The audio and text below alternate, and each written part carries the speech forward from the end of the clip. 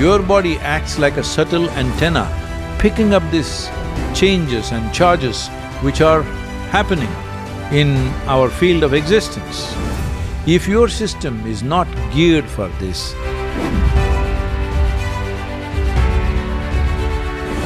if you look up in the sky after the sunset on the spring equinox today, actually you are seeing a different part of the sky than let's say 1,000 years ago. And they knew all this without even a telescope. Around the time of the equinox, the planet's magnetic envelope that protects all of us from the high-energy plasma coming out of the sun, like the solar flares and solar storms, that envelope's protection weakens at this time because of how the Earth's magnetic field aligns with the sun's magnetic field. Particularly between 23 to 33 degrees latitude, this effect will be at its highest. India is partly in this latitude, some parts of Europe, China and United States are in that latitude. That means Earth's magnetic field goes through disturbances or are deeply influenced by sun's plasma or sun's energy. So it is not to be missed that it is this band between 23 to 33 degrees, maximum amount of development has happened on this planet because sun's energy is at its peak and solar energy being the basic source of energy for all of us and for all life on this planet, naturally populations living in this band thrive because maximum amount of solar energy without excessive temperatures happens in this band of latitude. The southern India that sits right near the magnetic equator, where high up in the atmosphere is a band of intense electrical current during the equinox, if the magnetic field is disturbed, this band of current can create a lot of electrical charge. Well, you can treat this charge as a disturbance or an empowerment. I bow down to the equinox because I am made of the equinox.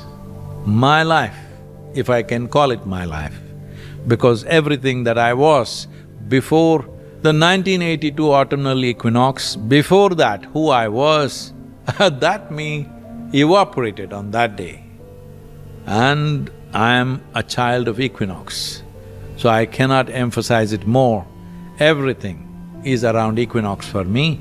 You must understand, every major function in your body is essentially driven by an electrical current or an electrical charge. From the beating of your heart to the firing of a thought in your brain, it is all governed by the movement of charged ions. Calcium, sodium, potassium and magnesium moving through your cells. Ions are molecules that have some electrical charge, so they can be affected by magnetic and electric fields around us. So, if you are under the magnetic equator or if you are in this range where during certain seasons there is a huge influence upon you, your brains can fire better, your heart can beat better, everything within you can function better. Above all, it empowers the human being if one is receptive in a right sense.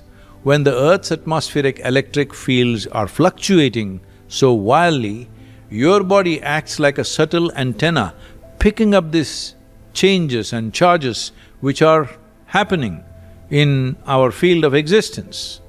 If your system is not geared for this, these environmental spikes can force the charged ions to leak into your neurons prematurely. The brain becomes hyper-excitable. People experience this as migraines, brain fog, irritability and feeling freaky, or you can be immensely empowered if you receive it in the right sense.